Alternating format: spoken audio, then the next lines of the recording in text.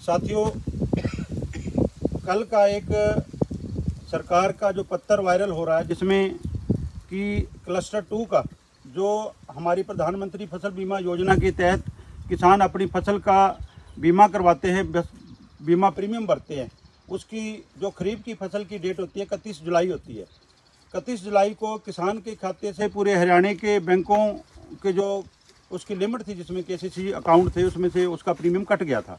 लेकिन कल से एक लेटर वायरल हो रहा है जिसमें क्लस्टर 2 का जो है वो बीमा प्रीमियम है जो बैंक को आदेश किए हैं सरकार ने, हरियाणा सरकार ने भी, वो बीमा प्रीमियम किसान को खाते में वापस डाल दिया जाए। अब बीमा कंपनी है जो वो बीमा नहीं करेगी। ये सरकार और बीमा कंपनी की मिली भुगत से ये किसान के साथ धोखा हुआ है। जब किसान ने 31 जुलाई से अपना प्रीमियम कटवा दिया तो आज जो है 11 तारीख है, 11 सितंबर हो गई है। इतने समय बाद अब किसान को उसका प्रीमियम वापस किया जा रहा है क्योंकि पता है गुलाबी सुंडी की मार में है जो पूरे का पूरा नरमा है, तो उसमें भी बीमा कंपनी को पैसे ना देने पड़े। बीमा कंपनी कौन है? एग्रीकल्चर इंश्योरेंस कंपनी, जो कि खुद भी एक सरकारी कंपनी है, केंद्र सरकार की कंपनी है।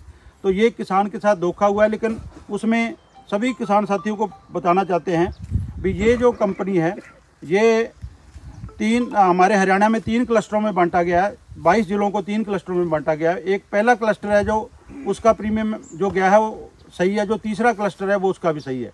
पहले क्लस्टर में जो है वो एग्रीकल्चर इंश्योरेंस कंपनी करती है और तीसरा क्लस्टर है जो केसमा जनरल इंश्योरेंस कंपनी के पास है।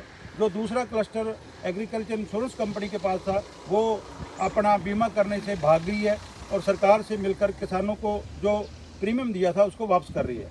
उसमें जो जिले थे, अब साथी बार बार फ़ोन करके भी पूछ रहे हैं भी हमारा बीमा प्रीमियम क्या होगा।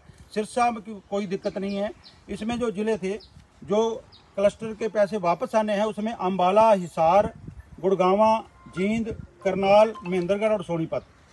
फिर से सुन लिए, जिन किसानों के जो बीमा प्रीमियम कटा था वो वापस आना है उसमें से 7 जिले हैं। उन 7 जिलों के नाम है अम्बाला, हिसार, गुड़गांवा, जींद, करनाल, महेंद्रगढ़ और सोनीपत।